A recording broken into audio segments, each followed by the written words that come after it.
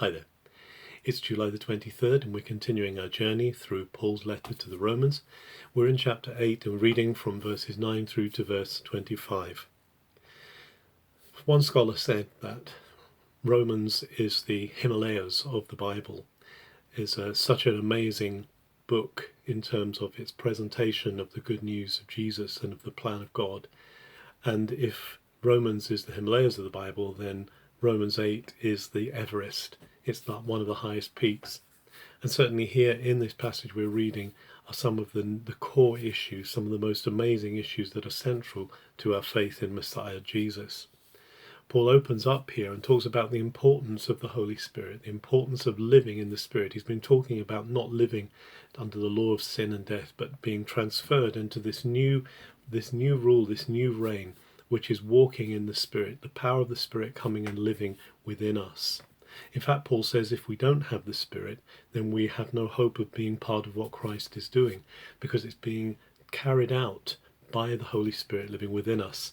And he makes this amazing statement. He says, if the Spirit of him who raised Christ from the dead lives in you, then he will bring to life your mortal bodies. This is the hope that Paul is presenting.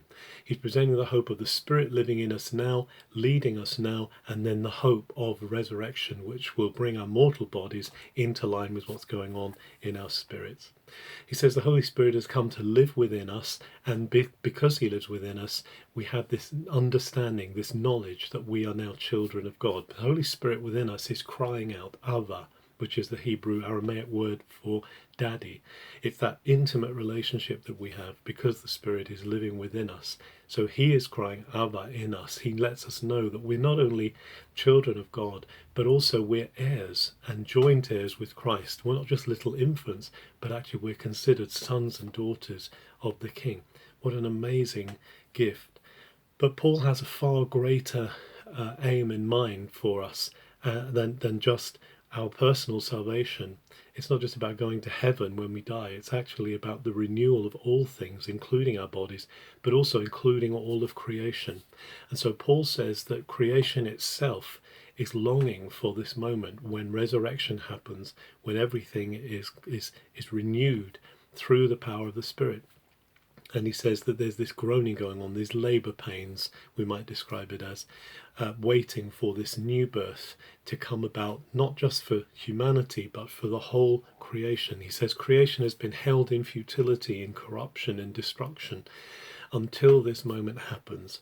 But the amazing pointer that Paul has here is pointing towards the renewal of everything, all things being renewed. This is why this is such a powerful gospel. This is why it's such a powerful good news of Jesus. It's not just about us getting rescued, but it's also about the recreation, about the renewal of all things.